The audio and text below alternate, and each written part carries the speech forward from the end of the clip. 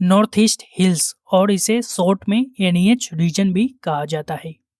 Physiographic reason में हम लोग नॉर्दर्न माउंटेन पढ़ रहे हैं, जिसमें से पिछली वीडियो में हमने ट्रांस हिमालय रीजन्स के बारे में पढ़ चुके हैं। बेसिकली नॉर्दर्न माउंटेन को 3 भागों में बांटते हैं, trans Himalaya regions and North East hills. इस वीडियो में हमारा फोकस नॉर्थ ईस्ट हिल्स के बारे में रहेगा। चूंकि ट्रांस हिमालय के बारे में हम लोगों ने पिछले वीडियो में पढ़ चुके हैं, जिसको हम लोगों ने 3 भागों में बांटा था, Karakoram range, Ladakh range and Zanskar range. वैसे ही हम लोगों ने हिमालय को भी 3 भागों में बांट के पढ़ा है। पहला ग्रेटर हिमालय, उसके बाद मिडल हिमालय या फिर lesser Himalaya and lastly Shivalik range. इस वीडियो में हमारा पूरा फोकस नॉर्थ ईस्ट हिल्स के बारे में रहेगा। उससे पहले हिमालय के बेस्ट 2 ईस्ट डिविजन्स देख लेते हैं। बेस्ट 2 ईस्ट डिविजन्स नदियों द्वारा की गई है। जैसे में इंडस एंड सतलज रिवर के बीच के हिमालय को पंजाब हिमालय कहा जाता है। पंजाब हिमालय या फिर कश्मीर या हिमाचल हिमालय भी इसे कहते हैं। वहीं पे सतलज एंड काली रिवर के बीच के हिमालय को कुमाऊं हिमालय कहा जाता है। वैसे ही नेपाल वाले पार्ट को काली रिवर एंड तीस्ता रिवर के बीच के हिमालय को नेपाल हिमालय कहा जाता है एंड नेपाल के बाद Teesta river and Brahmaputra river के बीच के हिमालय को असम हिमालय कहा जाता है। नेपाल हिमालय को सेंट्रल हिमालय भी कहा जाता है। वहीं पे पंजाब एंड कुमाऊं हिमालय को वेस्टर्न हिमालय कहते हैं।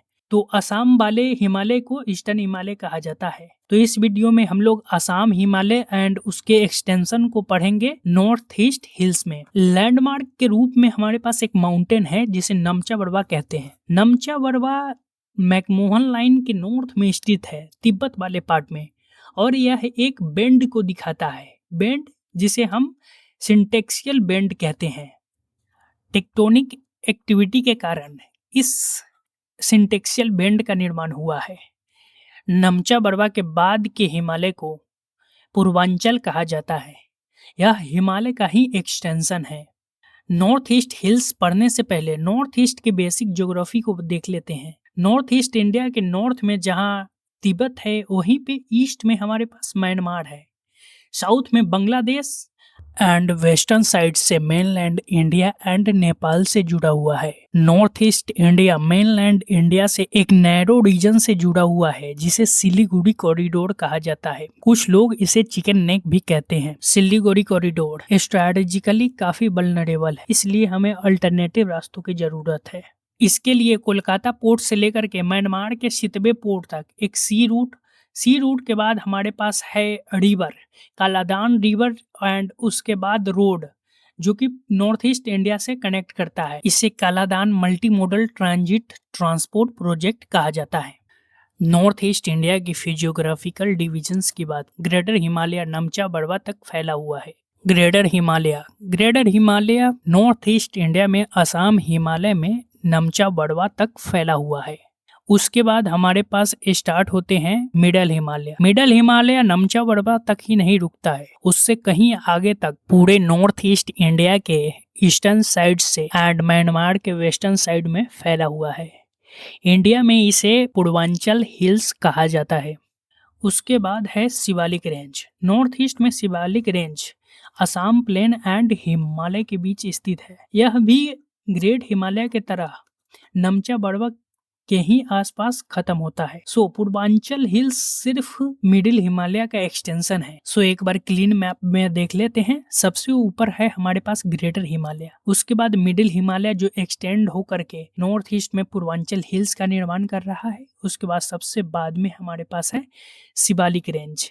पूर्वांचल रेंज के एक्सटेंशन जो कि नागा हिल्स से लेकर के मेघालय प्लेटू तक है, उसे बरैल रेंज कहा जाता है। वहीं पे ये है मेघालय प्लेटू एंड बीच में असम प्लेन्स। तो ये है हमारे physiographic division of north east की फिजियोग्राफी को फर्दर हम 4 भाग में बांट सकते हैं जिससे पढ़ने में आसानी हो। पहला रीजन है रीजन ऑफ सिक्किम, उसके बाद ईस्टर्न हिमालय, अरुणाचल से लेकर के मिजोरम तक, उसके बाद Meghalaya plateau and lastly Assam plains. Mainly 4 भागों में बांट के पढ़ सकते हैं। मैप पर देख लेते हैं इन सभी रीजन्स को। सबसे पहले हमारे पास सिक्किम रीजन्स, उसके बाद है हमारे पास दूसरे नंबर पे ईस्टर्न हिमालय का रीजन, तीसरा मेघालय प्लेटू एंड लास्टली हमारे पास जो है असम प्लेन्स।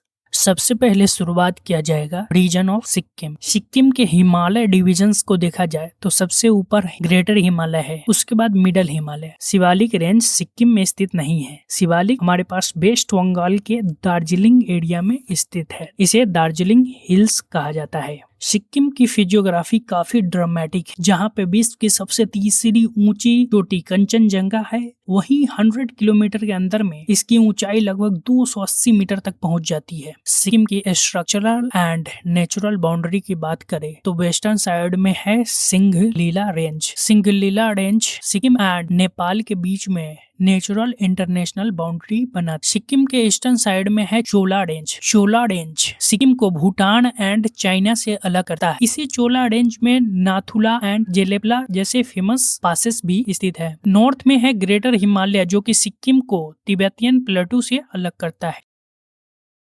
सिक्किम एंड नेपाल के बॉर्डर पे स्थित है कंचनजंगा। कंचनजंगा वर्ल्ड के 3rd हाईएस्ट पीक है और इंडिया की हाईएस्ट पीक है। चूंकि इंडिया के हाईएस्ट पीक K2 जो कि हमारे कंट्रोल में नहीं है, इसलिए अगर कंट्रोल वाले पीक की बात करें तो Kanchenjunga is the highest peak of India. Kanchenjunga के ईस्ट में स्थित है Zemu glacier. Zemu glacier north east की लार्जेस्ट ग्लेशियर है, जो कि कंचनजंगा नेशनल पार्क के अंदर ही स्थित है। जेमू ग्लेशियर तीस्ता रिवर जैसे रिवरों का पानी का सोर्स है, इसलिए कुछ लोग इसे ओरिजिन ऑफ तीस्ता रिवर भी कहते हैं। लेकिन तीस्ता रिवर का ओरिजिन शोलामो लेक या फिर इसे कभी कभी चोलामो या फिर चोलामू लेक भी कहा जाता है से होता है। चोलामू लेक इंडिया की सबसे ऊंची लेक है, जिसकी ऊंचाई लगभग 5330 मीटर है। सोलामो लेक सिक्किम के नॉर्थ डिस्ट्रिक्ट में स्थित है। सोलामो लेक से ही तीस्ता रिवर की ओरिजिन होता है। So origin of Teesta river Cholamu lake, और उसके आसपास के ग्लेशियर से होता है। तीस्ता रिवर जो सोलामो लेक से ओरिजिन होकर के सिक्किम से होते हुए नॉर्थ बंगाल में जाती है, उसके बाद बांग्लादेश, फिर यह ब्रह्मपुत्रा रिवर में मिल जाती है। Teesta river Sikkim and North Bengal का लाइफलाइन माना जाता है। तीस्ता रिवर को आसपास के ग्लेशियर से भी पानी मिलता है, जैसे जेमू ग्लेशियर जो कि नॉर्थ ईस्ट की लार्जेस्ट ग्लेशियर है। इसलिए कुछ लोग तीस्ता रिवर के ओरिजिन जेमू ग्लेशियर को भी बताते हैं, पर ऐसा नहीं है। जेमू ग्लेशियर से सिर्फ तीस्ता रिवर को पानी मिलता है। तीस्ता रिवर दार्जिलिंग हिल्स को 2 भागों में बांटी है। ईस्टर्न साइड को कालिंगपोंग कहा जाता है, वहीं पे वेस्टर्न साइड को टाइगर हिल्स कहा जाता है। टाइगर हिल्स एंड कालिंगपोंग क्या है? यह दार्जिलिंग हिल्स का ही पार्ट है। तीस्ता रिवर के ईस्टर्न पार्ट को कालिंगपोंग कहा जाता है, वहीं पे वेस्टर्न पार्ट को टाइगर हिल्स कहा जाता है। तीस्ता रिवर की सबसे बड़ी ट्रिब्यूटरी है रंगीत रिवर। रंगीत रिवर का ओरिजिन कंचनजंगा के पास के ग्लेशियर स्पेशली रंगोत ग्लेशियर से होता है। Rangeet river West Bengal and Sikkim के बॉर्डर से होते हुए मेल्ली नाम के स्थान पे ज्वाइन करता है। Passes of Sikkim regions. यहाँ पे बहुत सारे छोटे बड़े पासेस हो सकते हैं, लेकिन ये हमारे एग्जाम के लिए इम्पोर्टेंट नहीं है। हमारे एग्जाम के लिए 2 ही पास इम्पोर्टेंट है। सिक्किम पहला नाथुला एंड दूसरा जेलेपला पास। नाथुला पास इंडिया का एक बहुत important and strategic mountain pass है। यह ईस्ट सिक्किम में इंडो चाइना बॉर्डर पर सिचुएटेड है और इंडिया को तिब्बत रीजन से जोड़ता है। इसकी ऊंचाई की बात करें तो लगभग 4310 मीटर है। यह दुनिया की सबसे ऊंची रोड में से है जहां पे गाड़ियां चलती है। इस पास से इंडिया एंड चाइना के बीच एंशिएंट सिल्क रोड के टाइम से ट्रेड होता आ रहा है, लेकिन 1962 के वॉर के बाद इस पास को बंद कर दिया गया था। 2006 में इसे फिर से खोला गया है। इंडिया एंड चाइना के बीच ट्रेड के लिए 3 बॉर्डर पोस्ट है, जिसमें से एक नाथुला पास है। अगर आपको यहाँ घूमने जाना है तो इसके लिए आपको एक स्पेशल परमिट, एक प्रोटेक्टेड एरिया परमिट आपको लेना पड़ता है यहाँ जाने के लिए। जेलेपला पास भी काफी इम्पोर्टेंट पास है, जो कि नाथुला पास के 4 किलोमीटर साउथ में स्थित है। यह इंडिया को तिब्बत के चुम्बी वैली से जोड़ता है। जेलेपला की ऊंचाई की बात करें तो इसकी ऊंचाई 4,390 मीटर है।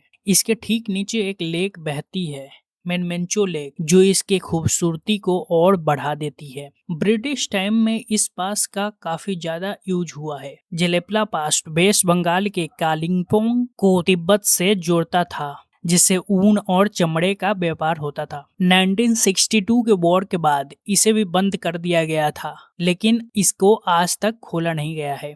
यह दोनों पास काफी ज्यादा ऊंचाई पे स्थित है, जो कि मिडिल हिमालय में स्थित है, और यह सिक्किम को चुम्बी वैली से जोड़ता है। यह दोनों पास इंडिया, चाइना एंड भूटान के ट्राई जंक्शंस पे स्थित है, इसलिए इसका काफी ज्यादा इम्पोर्टेंस है। इसी के पास डोकलाम प्लेटू है, जिसके वेस्टर्न साइड में चुम्बी वैली है एंड इसके ईस्टर्न साइड में हा वैली है।